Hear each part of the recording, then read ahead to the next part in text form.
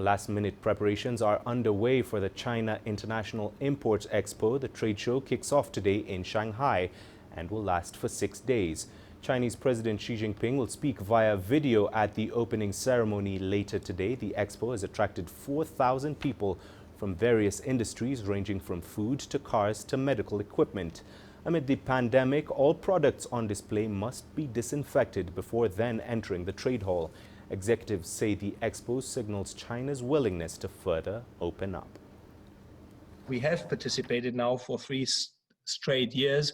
I think CIE is one of the most important signals of the Chinese government to underline its willingness to open up to the world and maintain international trade in the sense of providing Chinese products to the world, but also inviting global companies to provide their products and their innovation to China.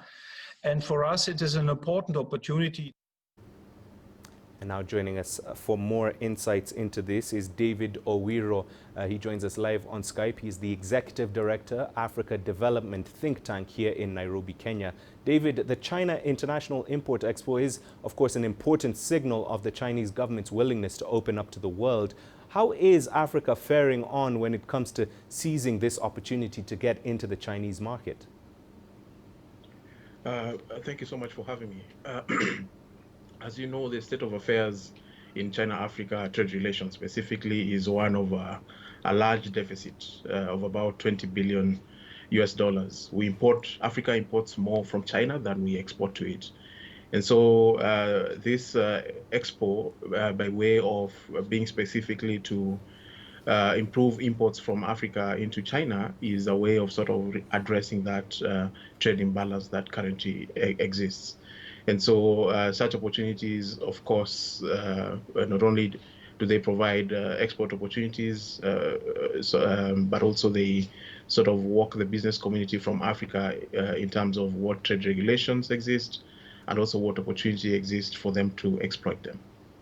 And David, coming against the backdrop of the coronavirus pandemic, which has, of course, significantly hurt African economies, how can China then, through CIIE, support African companies? Yes, from an export perspective, we know that the COVID pandemic has brought a lot of supply chain disruptions.